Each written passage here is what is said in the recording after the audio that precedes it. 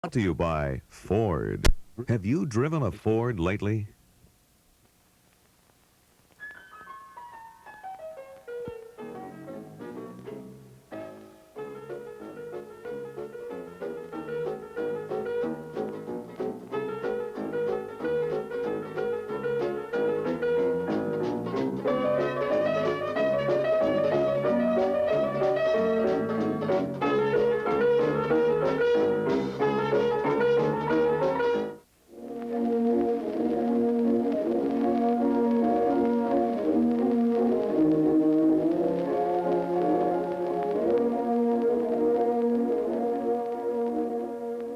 The movies took over two things from the music halls and the vaudeville houses very early on in this century: their audiences and their comedians. It's astonishing to realize, how many of the immortal clowns of the films shared the bill with movies, which in their very earliest days were booked just as another act. Buster Keaton, Stan Laurel, Harry Langdon, W.C. Fields, and others. They all perfected their skills in variety or vaudeville or whatever you want to call it. And of course, the greatest of them all, Charlie Chaplin, came from the stage before he went into pictures. I've known Charlie almost all my life.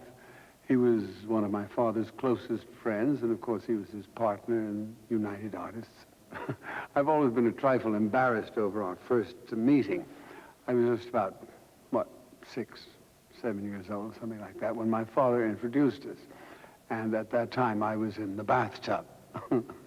Much later, I remember a dinner party where Charlie and some other professionally funny people were trying to define the nature of comedy. Everyone agreed that a man simply seen stepping on a banana peel wasn't really very funny in itself. There was general agreement that you had to establish the banana peel, show the man heading for it, and so build up the audience's anticipation of the coming indignity. But then Charlie spoke up and he said, no, you've got to do more than that. You've got to present something that is unpredictable as well. You should first show the man, show the banana peel, anticipate his coming to that particular point, and then when he gets to the banana peel, let him step over it and fall into a manhole just beyond. So that's very typical of Charlie, always going a little farther than anyone else. And now we're about to see the beginnings of that chain of cinematic comic invention that climaxed in Charlie's immortal work. These two unidentified but pugnacious clowns were filmed about 1906 in France.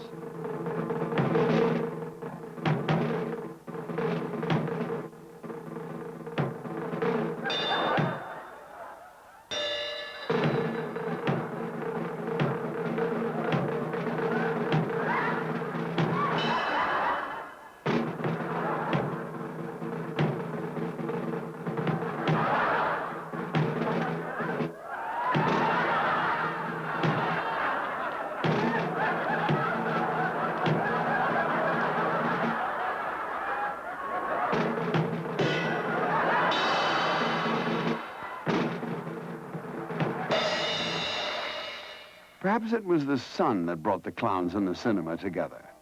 The European circuses used to spend the summer season among the vacation audiences of the Côte d'Azur. There you could find practically all the clowns of Italy and France. As it happened, the French film companies were looking for reliable sunlight. And so Pathé and Gaumont opened studios in the south of France entirely dedicated to the production of comedy. The seaside towns provided the locations, the circuses provided the artists. One of these circus stars was Elvis, who was renamed for the cinema Arsène Lupin. Arsène Lupin was, of course, a parody of the celebrated fictional detective Arsène Lupin. Like the detective himself, he is a terrible know-all. But, of course, everything he does always goes wrong.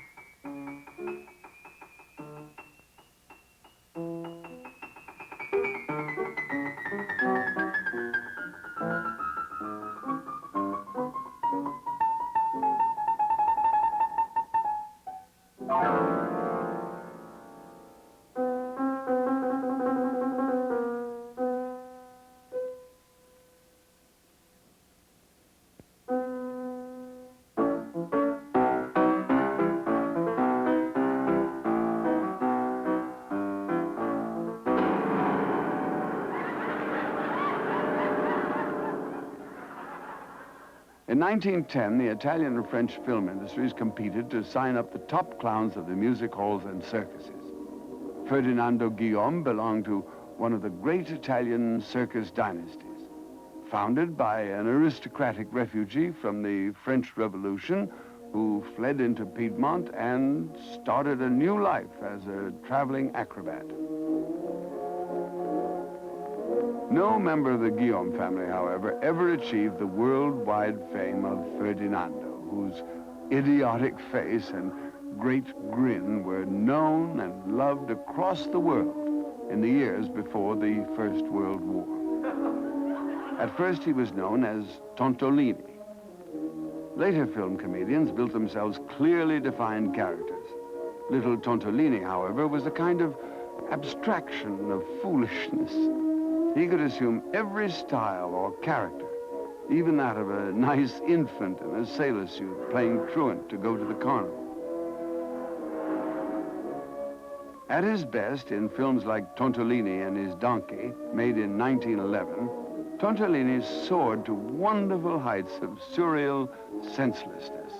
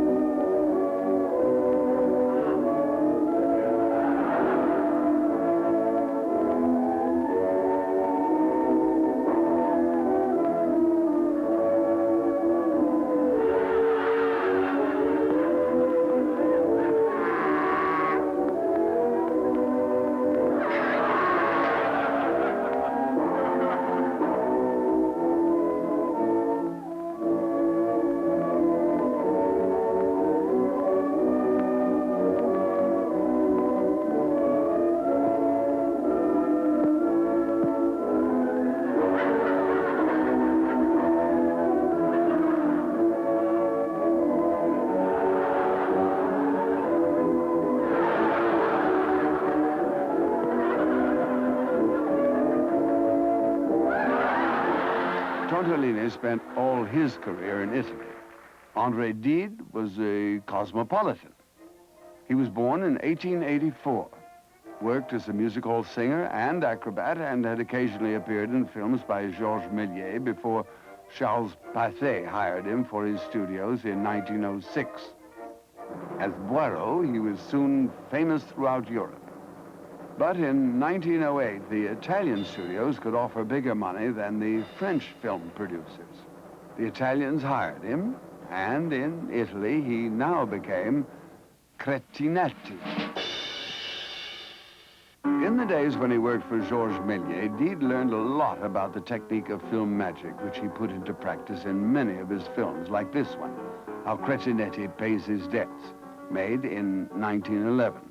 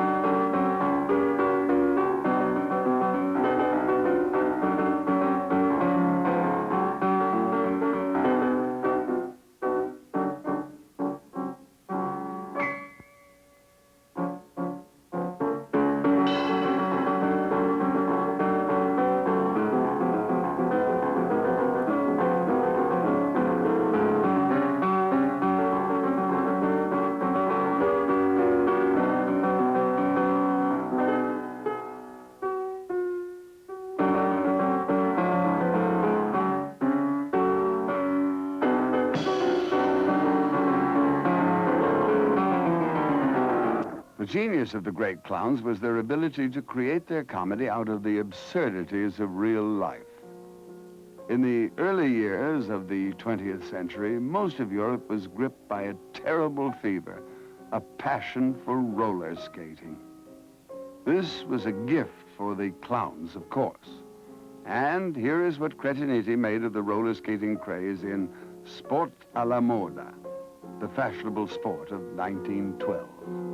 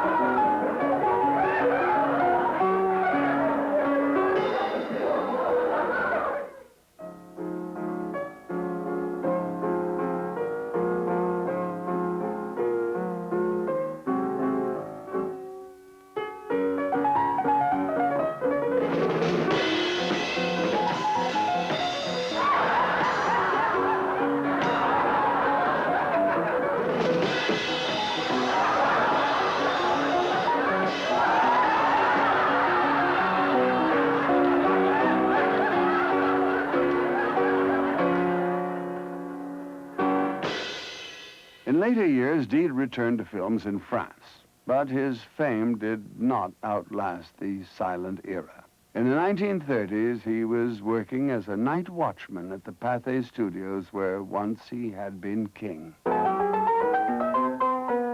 In any case, by that time, a new clown had made his appearance to usurp all the older kings of comedy. Charlie Chaplin took all the old jokes of the music hall, the circus, the primitive years of the cinema, and made them look new and miraculous. Cretinetti had reduced the social fad of roller skating into a crazy farce. In the rink, made in 1916, Chaplin elevated it into something like a poem, a virtuoso comic ballet.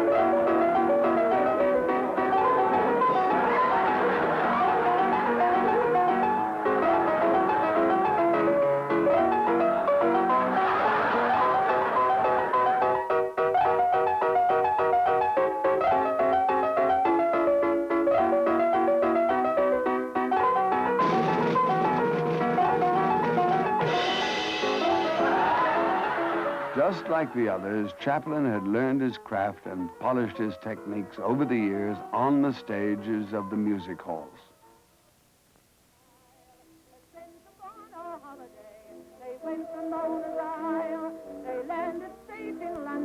Reared in poverty in Victorian London, he had followed his father and mother, quite naturally it seemed, onto the stage. Charles Chaplin Sr. was a popular comic singer of the 1890s. Falling victim to the occupational sickness of the old music halls, the bottle, he died while young Charlie was still a boy. Yet he had lived long enough to share the bill with the new star, called the Biograph here. But whatever the name, the same moving pictures whose fortunes were to be immortally linked with those of his son. Not that Charlie had any thought of moving pictures when he embarked from London in 1913 with the Fred Carnot pantomime troupe, in which by this time he had become a star, for an American tour. In America, Mack Sennett heard there was a new comic star touring the vaudeville houses. Chaplin could hardly refuse the money offered by the Keystone Studios. By the new year of 1914, he was already at work on his second film, Kid Auto Races at Venice, an unrehearsed 5-minute comedy that was to be historic. Historic because it was the first time that the 25-year-old comedian from London tried out the costume that was to make him known and loved throughout the world.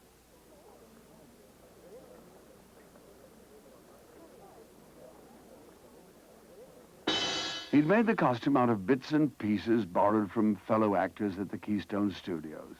Fatty Arbuckle's gigantic trousers, Ford Sterling's boots. It was a stroke of genius to add the mustache, the little swagger cane, the frayed wing collar, which hinted at ludicrous and pathetic aspirations to bourgeois respectability in the defiantly disreputable little tramp.